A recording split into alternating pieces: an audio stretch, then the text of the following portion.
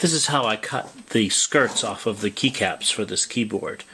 What we have here is a drill press with a steel rod in it.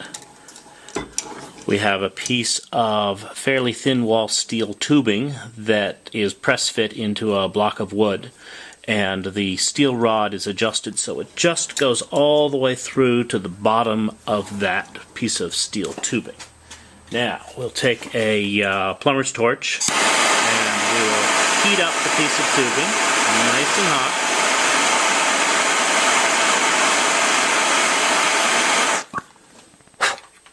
Now you take the keycap, slip it in, move quickly now, press firmly but gently all the way through.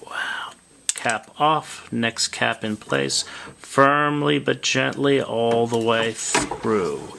2 is about all you can get before you need to reheat the tube.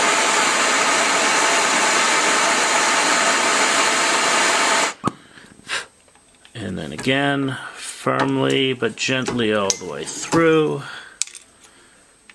Firmly but gently all the way through. And what we end up with is just the base of the key and a nice round top. We'll take a razor blade and we'll clean off some of this excess plastic, and then we'll have a perfect surface to glue our new typewriter key cap onto. That's all there is.